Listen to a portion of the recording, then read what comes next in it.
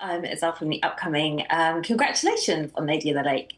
Brilliant series and lovely to meet you all. So perhaps I could start. Ferdy, we see your relationship with Maddie develop as the series goes on. What was it like working with Natalie Portman to bring that to screen and have that working relationship with her?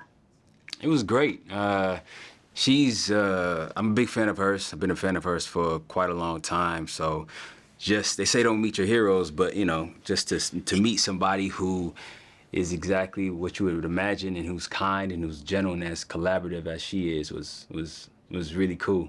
Oh, that's really nice. And can you tell us a little bit about the Pharaoh Club and what that music meant and what the club meant to the Black community at that time?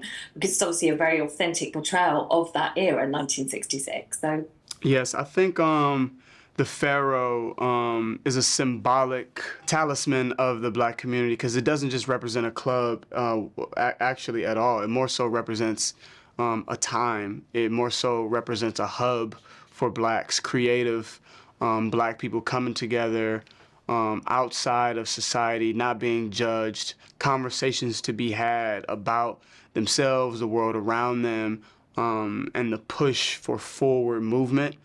And I think the Pharaoh is kind of like a breeding ground for the bandwidth of Black people during that time to come together, share a meal, share a drink, for Slappy to get up there and make people laugh. And I think for a lot of Black people's history in this country, there were no places for us to do that. And I think the Pharaoh represents that.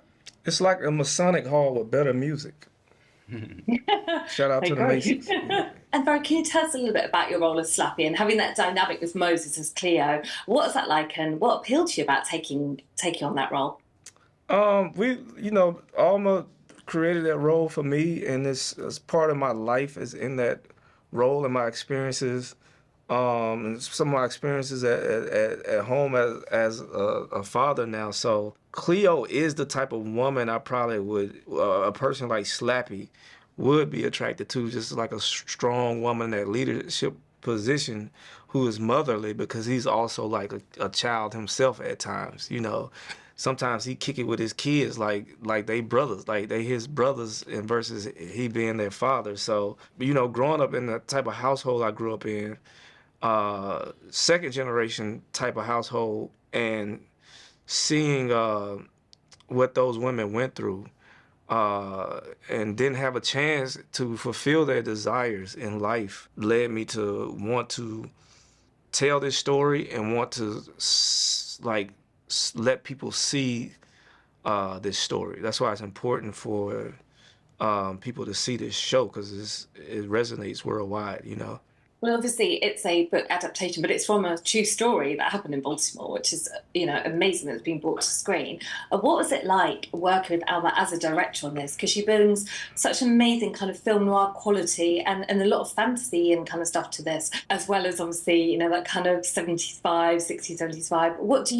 What was that like working with her? Yeah, for me, it was a dream as well. It was one of the biggest draws, was working with Alma, because she just has this quality where, as an actor, you can't feel like if you fail, you're gonna lose your job or something like that. Like, fear is the enemy of creativity. And with Alma, she just has this incredibly nurturing spirit. Like, work every day just felt like a playground more than anything. Nothing was too precious, and we weren't out to try to get anything right? And then there's a trust element too, because you're looking at the person who's at the helm of this entire thing saying, no, we got it, So you just got to be like, okay, cool. If she say we got it, then cool. And it allows you to just focus on what you got to do when you can surrender to the person who's the captain of the ship. Yeah, I think Alma provided a very substantial safety net for us as creatives, as actors, as artists, and as humans. There could have been 500 things going wrong, and it didn't affect us or the project not once, because of Alma's ability to kind of just hone in on what was the most important, which was the story. Oh, guys, thank you so much for speaking to me. I think we're out of time, but thank you so much. I loved the series, and I hope you all love it as much as me. Thank you so much for your time. Thank you. Thank you.